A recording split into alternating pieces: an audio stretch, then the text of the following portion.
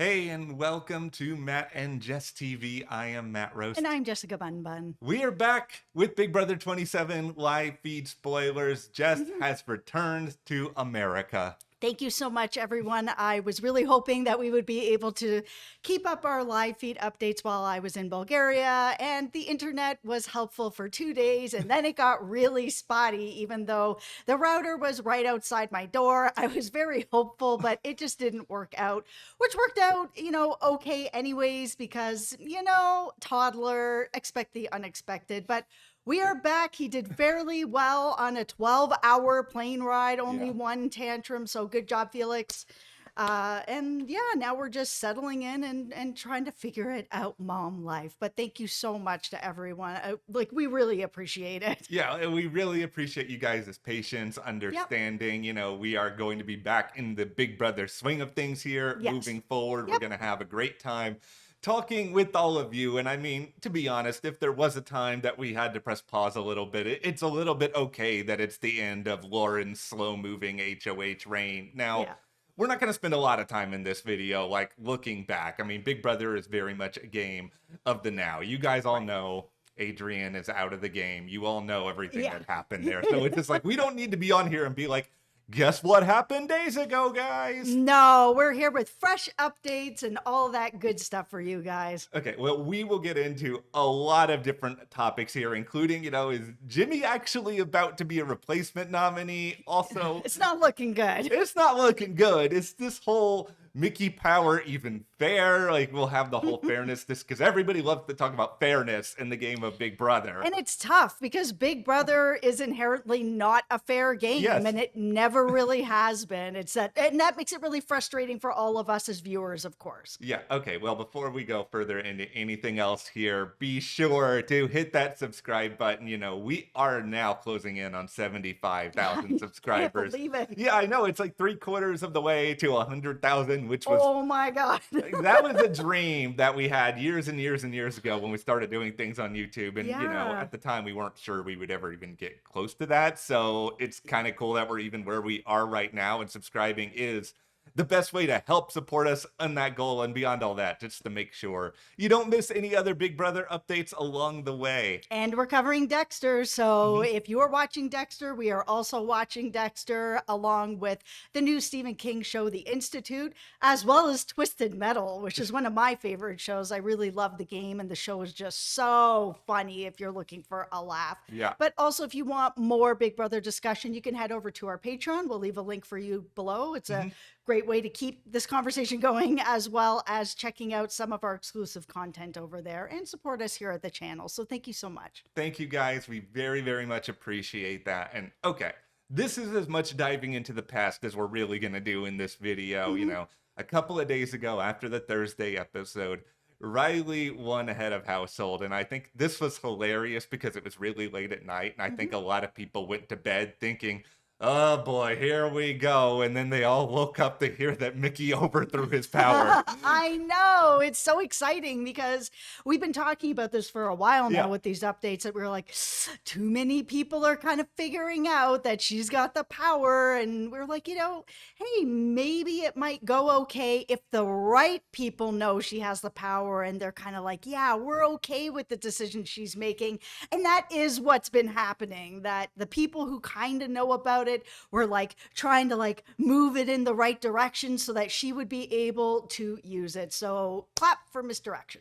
Yes. Okay. I'm not always that excited for a Sunday episode, but I'm pretty excited for this one just to act, because we saw some of it on the feeds, but I think there was more that we didn't see. I'm still in disbelief that this ended up working, if I'm being totally honest, just for the reasons that you speculated. And okay, here's also the thing about it, and we can all talk about bias, unfairness, all of this other sort of stuff. Yeah, coup de Jeff, come on, so unfair, but it's Big Brother. It's Big Brother, and that's the thing. The coup de Jeff will always be, to me, the worst of the worst, yeah, right? That is the most unfair thing ever, because not only did it give Jeff all this power, but America was a part of it. It wasn't something that was really based on merit at all. Jesse never really had a chance to defend himself. Right. And it's yeah, I don't feel bad for Riley because I'm not a fan of Riley. I'm fine from an entertainment level that Mickey did this. But it's also, at the same time, one, This could have been stopped if enough people guessed he had the power. Yep.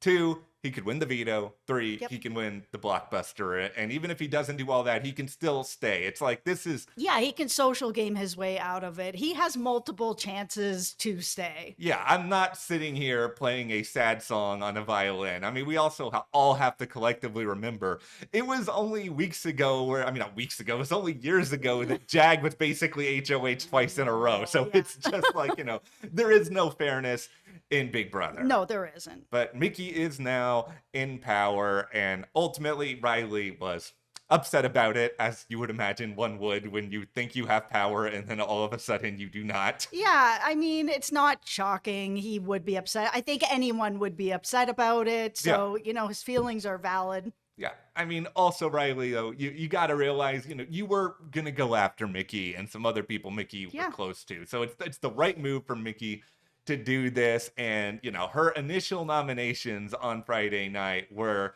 Riley, which of course makes all this funnier. And then you had Kelly, which is where things get annoying because she's there pretty much every single week. And then Keanu. And originally, of course Keanu was the target. Yeah, I mean, every week he's just going to go up. I mean, everyone's really annoyed with him. But at the same time, we've been feeling kind of bad for him in that way. I know like a lot of it is stuff that he's doing, but it feels like watching, like he's not a bad person. He's not doing anything that's like mean or nasty or super weird except for hugging people, but that's not even weird. We're in a hugging culture. You should still ask permission though and be like, okay, if they say no. But it's not something that's super out there that we have seen some pretty, creep show behavior on this show already, also a little bit this season, and it's not from him. No. So at this point, it's just like, everyone dislikes him, but it's mostly because he's just a bit annoying to everybody. He's not a bad guy. So for me, there's a lot of it that's just makes me feel bad for him. Like he's such an underdog at this point. Yes, he has done some stuff, but at the same time, it's everybody's kind of ganging up on him for the smallest reasons. This is one of those situations where we've said this for years, that we always like rooting for the underdogs. And it's just, to me, it would be really hypocritical to now come on and just pour all of this gasoline on the hate train of Keanu, where I know at the start of the season we were all in on Keanu. Yep. Walk that back a little bit for gameplay reasons. Yeah, the gameplay is trash. It's not good, but that doesn't make him a bad guy. No. I'm all the way back. I am now fully standing Keanu. I'm sorry. I am here with all of Keanu stan Twitter. Is he a good player? No, he is a bad player like 90% of the time. But ultimately, it just stinks to be in this environment where you feel like everyone is against you all the time. And I'll extend the same sympathy to Kelly, where Kelly is not a good player either, but she's constantly on the block. Yes, a lot of it is her own doing, but still, it just stinks to kind of feel like everyone's constantly against you. And I think that's why there were a lot of people on BB Twitter over the past few days just being like, okay, it's the same nominees every single week. And I think that's why even people who don't like Riley were at first intrigued by the idea of him being HOH, because there was potential for something different. But here's the good news. I think there is still potential for something different this week. Yeah, absolutely. It's feeling less and less like we're going to have sort of just a repeat, and we're going to end up seeing like a Kelly go. All right, now let's get into a little bit of Riley's apology tour. So Riley becomes sad cowboy after he gets nominated, and it's basically just like, Mickey, I'm sorry. I'm trying to be a good man. This is the man I am. I'm just really glad that you... This didn't sound like Riley. I'm just doing some weird cowboy accent. But it's just, he just ultimately was like, you know what? I'm fine going on the block. You didn't put Catherine on the block, because Riley is definitely that brand of Big Brother wannabe knight in shining armor, where he thinks so long as he is protecting Catherine that he is the ultimate hero, willing to sacrifice himself. And my eyes just want to roll out of my head. Listen, Riley, Catherine's not into you. She's made it fairly clear, at least to other people in the house. Yes. I know she hasn't sat down and be like, Riley, I'm not into you, but nobody does that on this show. This show is a show for a lot of money. Everybody's playing the game. That's part of the weird social dynamics of this show and what makes it uncomfortable to watch sometimes when someone's like really into someone else and that person can't really sit down and be like, you know what, I'm not into you. And then that person's like, okay, cool, you're a target then. You're going home because you don't want me. Well, I don't want you in this house. And your whole game gets blown up. Like, she's not into you. You can throw away your game for her. She can win that money. And after the show, she will still not be into you. I want you to throw away your game, Riley. Just throw it as far as you passibly can here. I don't know, become a quarterback and just throw that football into the end zone. Just do something so that you get out of this house.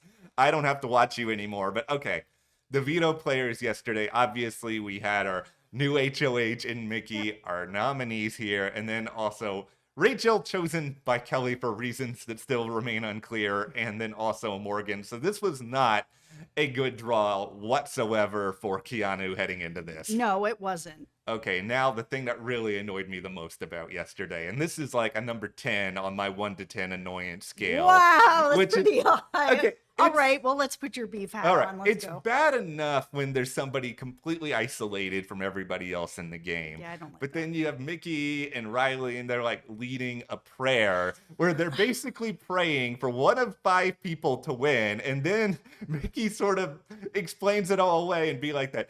We pray that Keanu finds his way out of the house and finds all the happiness that is. This is the most passive-aggressive prayer I've ever heard, where it's basically like, we want you to be happy, Keanu, but we still want you to lose because we can't stand you being in the game. Which made it so much more satisfying that he has won the veto and was able to take himself off the block. I mean... Yeah.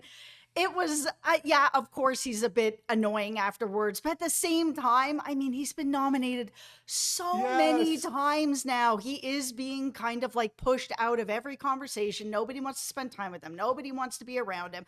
I'm sure he understands it and sees it and doesn't feel good about it. So, you know what? Yeah, you take your little bit of celebration after to be like, I did it. You guys want me out? Too bad. Give me that veto. Yeah, it feels like we're all dealing with secondhand information because we'll see this on the veto show Wednesday probably, where Ava's the host of this, and he apparently pops off after he wins. In my head, this is akin to the Janelle, give me that key bleep moment from many seasons ago. Maybe it's worse than that, whatever. I mean, Ava fires back at him. Apparently, Keanu does apologize to Ava after the fact. And yeah, it's not good to pop off at any point in the game, but I also...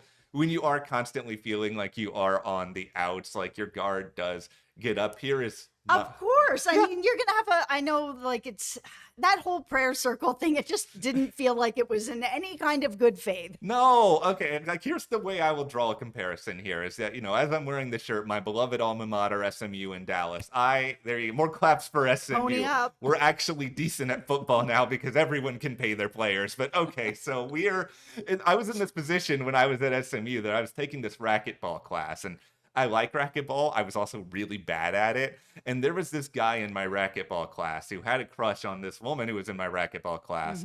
And I was in like this team showdown with them, and I had a partner who was pretty good. But this dude who wanted to impress this woman kept attacking me every single time with the ball because he wanted to just blow me out. So he looked really good. And Big man. Yeah, he was a real...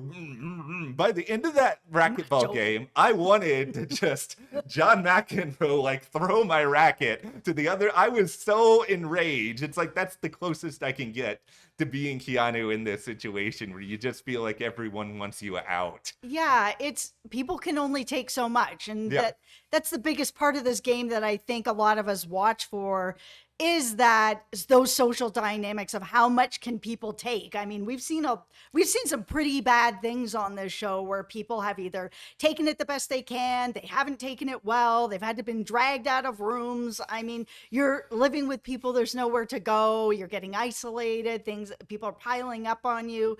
It'll be curious to see exactly how it played out. Yeah, okay. So after the veto is over, feeds come back, we see Keanu is having this conversation with Morgan and Mickey, and it starts with, is Keanu throwing Rachel under the bus? Like, we thought we had made progress with this, but this is where I was about to introduce something, and I still am, because we don't know how all this is going to go. Yeah.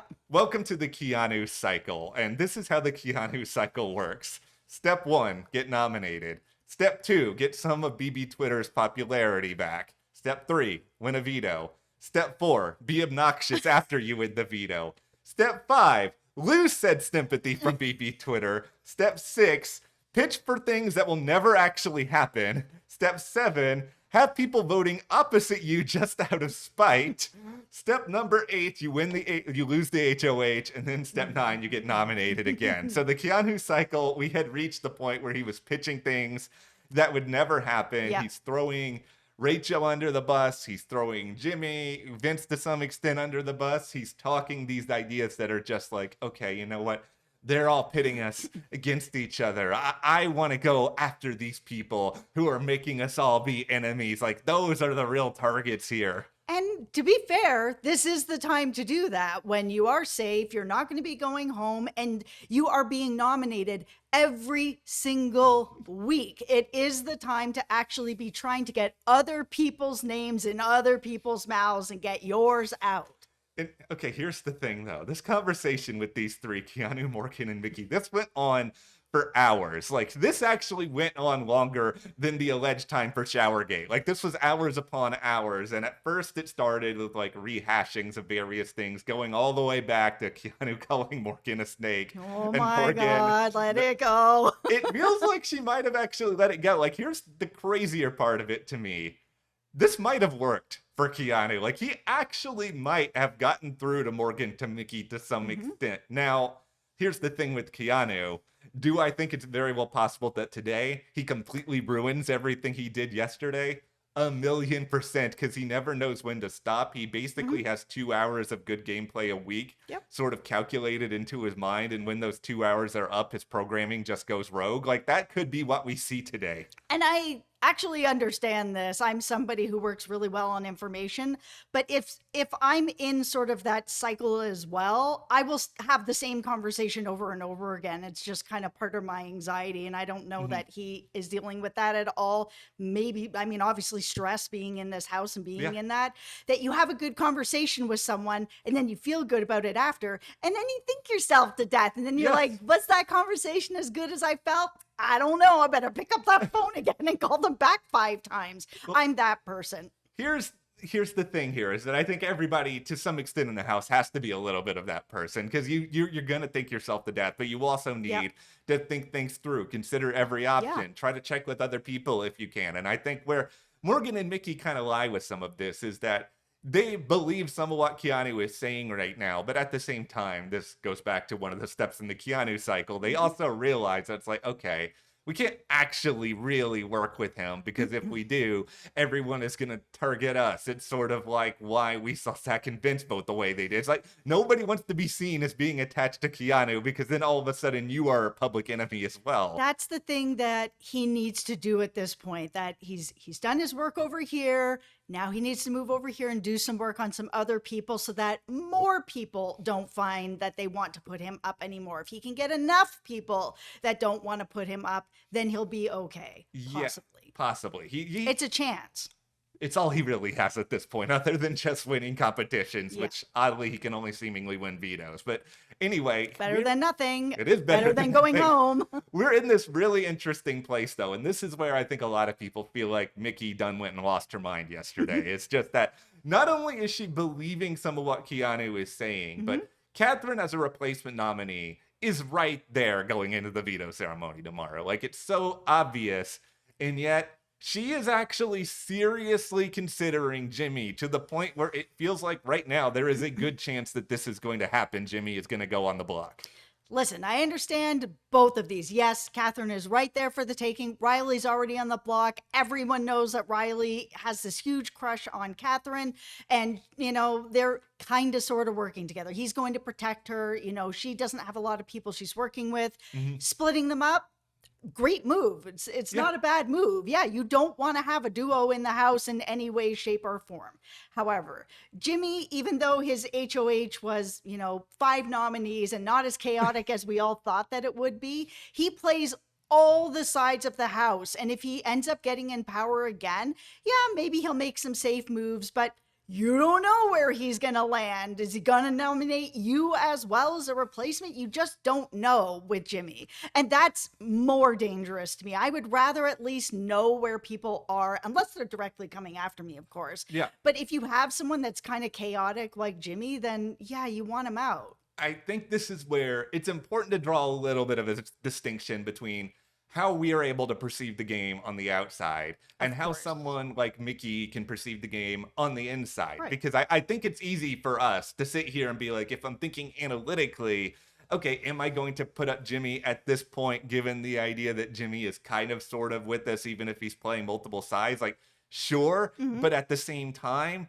Jimmy did end up ultimately causing Amy to go home, and Amy was someone who is on that side. So I do think if you are Mickey in this position, it's reasonable to worry about the things that you're putting out there. This idea that, okay, he might put up me because maybe he is going to get afraid of angering another side. He's going to try to play all different sides of the house and not end up having it work by some measure. I mean, yeah, Lauren did a little bit of this as well as HOH, but Lauren just ultimately ended up losing someone in Adrian that's not that close to anybody. Yeah. Like, it's much different when you are Jimmy and you get rid of Amy, or you're Jimmy and you're trying to be close to these women, but they have trust issues now. Exactly.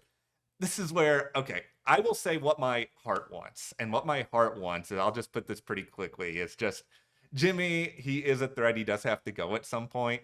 I don't want to see Jimmy go at this point because it's sort of like when Heisem went early. I felt like we missed a lot of gold that could have come with Heisem being in the game. I agree. Jimmy is not my favorite player, but he is, a messy guy. And that's great because we are team mess. I'm a messy bee. I like to see other people be messy bees. It's a lot more fun. We don't want this season to just be boring.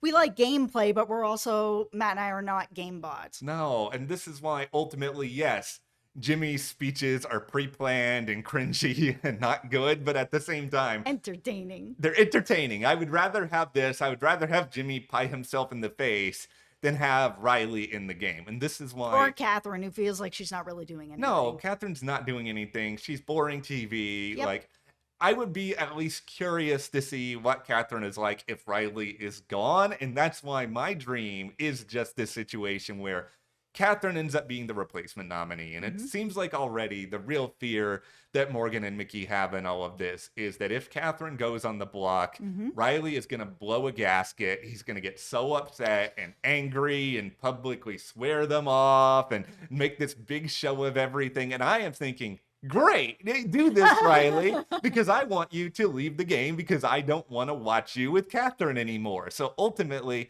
I would love for this to happen because I don't think Riley's going to hold his tongue. I want him to put a really big target on himself. Yeah. And also, by the way, I want to see Kelly win the BB Blockbuster again, just to make sure that there's no weirdness where everybody is just like, oh, Kelly didn't win. Let's just go ahead and get rid of Kelly then. Yeah, and it's interesting because it seems like for Mickey, Riley's not really the target. And for her, if I was her, I'd be kind of worried about him, even though he came in sad cowboy and was like, oh man, shucks, I just wasn't able to keep that HOH, but you know what? It's okay. I wouldn't believe it even if it's genuine. We're in Big Brother. I just stole your HOH. You're, not going to feel that great about it in general. It might be something that you'll hold over me. Morgan's going to hold on to being called a snake on day 1 or 2 or whatever for how many weeks now? That's a nothing burger. It actually didn't turn into anything. Nobody was like, oh yeah, man, that Morgan, she's a snake. It turned into nothing, right? But this is actually a pretty big deal.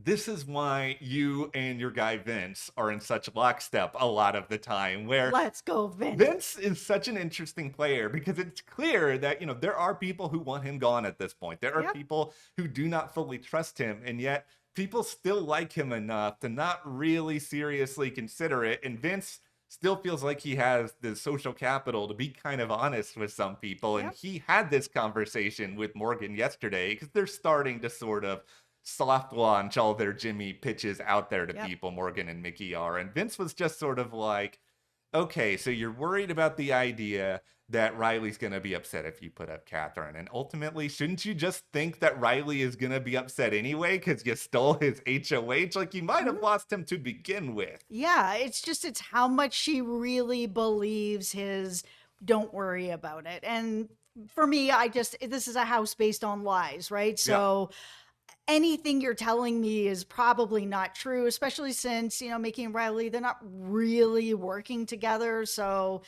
I just wouldn't trust it. I would need to just, if I'm going to steal his HOH and then I'm going to put him up, I need him to go out.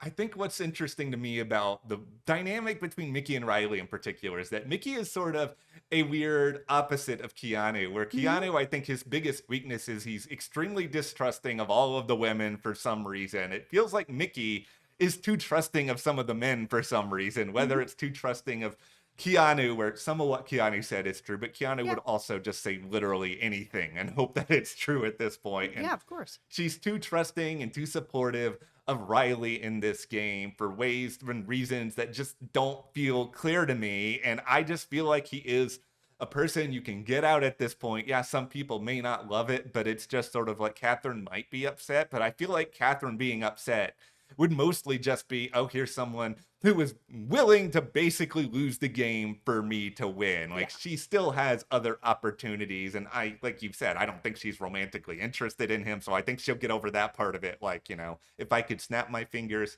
I would do that. Yeah. But okay, let's get over now to another reason why this anti-Jimmy sentiment is starting to percolate a little bit. And that's Ashley, our queen of mess, Ashley, who, it's so weird. Ashley, I think she's starting to get a little bit better at the game. I'm still not saying she's great, but she might have accidentally fueled some of this fire by talking to Morgan. This is before the veto, but basically just talking about how Jimmy gossips with everybody about everybody in the house. And I think that got Morgan really paranoid. And, this is someone who got upset over being called a snake. So she's very much like, what did he say about me? What did he say about me? And it's just like the more seeds that get planted, like the bigger a problem is going to eventually come out of this. Nobody wants to hear that somebody's talking trash about them or about whoever, about anybody, and worried that they're talking trash about you. It's one thing to be with your friends and talk all the trash you want, but it's different in a situation like this where you're actually kind of finding out a little bit about not necessarily what they're saying about you, but just that, yeah, you could be someone that they're talking trash about because he's talking trash about everybody. That's definitely a way to get somebody else. And especially, like you said, for somebody like Morgan, who already has been called a snake and has held on to that for weeks, even though it affected nothing. Let's talk a little bit more about some very funny Morgan/Keanu related moments coming out of this conversation, including Morgan not wanting to fully disclose to Vince everything that they talked about, which, if I'm Vince, one, I'm a little bit worried about, but two, it's just also hilarious. Morgan, you hated Keanu more than any person alive 3 weeks ago, and yesterday, by the end of the day, she was just starting to go around and be like, you know who I kind of like now, guys? Keanu. Maybe I was too harsh on him. Maybe it was wrong for me to think that I didn't think he was a real person for the first part of the game. And it's like, yes, Morgan, that was wrong, regardless of whether or not you like Keanu or you want him out. He is a person, and he's also a potential number. And beyond all of that, he is a shield. It is a good thing for certain people that he stays. Like, this is why I think Rachel has at times tried to defend him, because I think she knows that him being in the game gives her a little bit of insulation. Now, if she finds out everything that happened yesterday, probably not going to feel this way anymore. Yeah, I mean, he's probably just going to keep going up on the block until he goes home or wins. Like, unless he's able to just win his way to the end, it's pretty early, so that's pretty tough. But unless he's able to win his way to the end, he's not really getting to the end. Unless we get a little bit further into the game and people are like, no one's going to vote for him, so final two? Listen, I would bring him to the end. Nobody's going to vote for him. Keanu to the end would be hysterically funny, because he will give a great speech that will be completely wrong about everything he's done in the game. I love having Keanu around. I don't need him to win. I want somebody to win who I think is actually a really, really good player. But I'm just right now hoping that he makes it to jury, because I just kind of want people in jury who can tell the story of the season in a way, who are going to be memorable. And speaking of jury here, Ashley, once again, Ashley spreading some word around here because I think at this point it's pretty clear Ashley's closer to Rachel than she Right. is Mickey and Morgan. And, Ashley told Rachel and Will yesterday that Mickey, Morgan, Zach, and Vince, they want Rachel to be the first juror. So it's like, okay, we want to keep Rachel around for now, but there's an expiration date on Yeah. it. It's pretty easy to say that Rachel is not particularly happy with this news. Oh, of course. Yeah, of course not. Nobody wants to be like, oh yeah, we'll keep you around a jury and then we'll kick you out. But Yeah. I feel Rachel's a smart player. She's played this game, twice. She's won. It's just she's got to know that she's a huge target in this house. Nobody is going to take her to the end. And if they do, I don't know. You need to rethink what's going on here. You should not take Rachel to the end. But to No. get her to the point of jury, sure, that keeps around a bigger target until people can really get their place in the game and really solid footing on their alliances. Here's what I'm just happy about with where we are in the game right now. Beyond just that we have a really good replacement nominee debate that Yeah. could play out today. It's just that, yeah, there are kind of sort of two sides of the house, but we are morphing back to where we were a couple weeks ago, where it felt like there's a lot of duos and trios more so than anything else. And then everything is kind of fluid. Like we have Mickey and Morgan, we have Rachel, Jimmy, and the two of them are pretty close with Ashley. You've got Ava and Will, Zach and Vince with Lauren in there. Like you've got these groupings of players, but it feels like things could kind of still be fluid. I just want this week to be a lot more chaotic and interesting than what we saw before. And I do think that this is I don't want to hyperbolize it. That's not a word, but I don't want It is now. I don't want to exaggerate that this is one of the most important weeks of the season, but it really, really is because Jimmy staying or going could be like a huge sliding doors moment because he is such a big strategic player. And it feels like he's in actual danger. Like this, Yes.